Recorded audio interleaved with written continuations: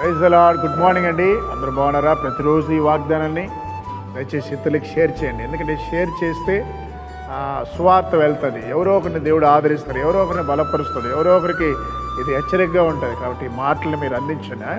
రండి కలిసి దేవుని వాగ్దానం చూద్దాం. కీర్తనలు 37వ కీర్తన 7వ వచనం. యెహోవా ఎదుట మౌనంగా ఉండి ఆయన కొరకు కనిపెట్టుకున్నాము. దేవుని సన్నిధిలో ప్రార్థించిన తర్వాత మౌనంగా సాగిపోవాలి. అంటే కనిపెట్టాలి. ప్రభు ఈరోజు కాకపోయినా రేపు నాకు కార్యం చేస్తాడు, రేపు కాకపోయినా ఎల్లుండికి చేస్తాడు. ఇలాగ విశ్వాసంతో మనం కనిపెట్టాలి. చాలామంది ఏం చేస్తారంటే ప్రార్థన చేసిన వెంటనే నాకు జవాబు వచ్చేయాలి, ఒకవేళ రాలేదా దేవుని మీద అలుగుతారండి. యేసయ్య నిజమైన దేవుడు కాదు. ఆ దేవుడు నాకు వద్దు. లోకస్తులు చెప్పినట్టుగా, లోకస్తులు ఉన్నట్టుగా లోకంలో కలిసిపోతారు. వీళ్ళరా, ఒక సమస్య నీకు వచ్చిందంటే, ఒక ఇబ్బంది నీకు ఉన్నదంటే, ప్రార్థన చేసినా పోలేదంటే దయచేసి నీలో ఏమైనా లోపం ఉందో ఒకసారి సరి చేసుకో. ఆయనకి నీకు మధ్య ఏదైనా దోషములు ఉన్నాయా దాన్ని బట్టి ప్రార్థించు.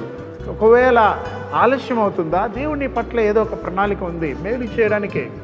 కనుక నాకు మేలు చేయలేదు. కొన్ని ప్రకాష్ దైవజనుడు మొన్న ఆయన అనారోగ్యంతో చనిపోయాడు. ఆయన ప్రశ్నించవచ్చు కదా, కిడ్నీలు చెడిపోయింది. ఆయన అనొచ్చు కదా, ప్రభా నీ సేవ చేస్తున్నా నాకు ఎందుకు కిడ్నీలు చనిపోయింది, ఈ చిన్న వయసులో ఎందుకు చనిపోవాలి. కానీ ఆయన అనలేదండి. దేవునికి స్తోత్రం కలిగాక ఇన్ని రోజులు నిన్ను కాపాడాడు. ఆయన ఎప్పుడు పిలిచినా వెళ్ళిపోవాలని సిద్ధంగా ఉన్నాడు. కనుక మౌనంగా ఆయన సన్నిధిలో కనిపెట్టాలి. ఆయన ఎట్లా నడిపిస్తే అట్లా వెళ్ళాలి. ఈ కృప దేవుడు మిమ్మల్ని కుటుంబాన్ని ఆదరించినాక ప్రార్థించేద్దాం.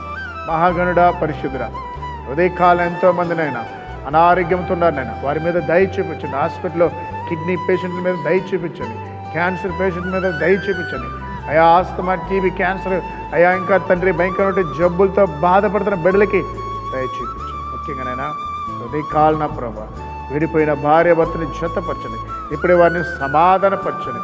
తప్పిపోయిన బిడ్డలు ఎంతమందినో వారితో మాట్లాడి తిరిగి వాళ్ళ ఇంటికి చేరులాగా సహాయం చేయండి నా ప్రభా. చెడు వ్యసనాలకి బానిసైన బిడ్డలకి నజరేయుడైన యేసు నామములో విడుదల కలిగిన గాక నా ప్రభా.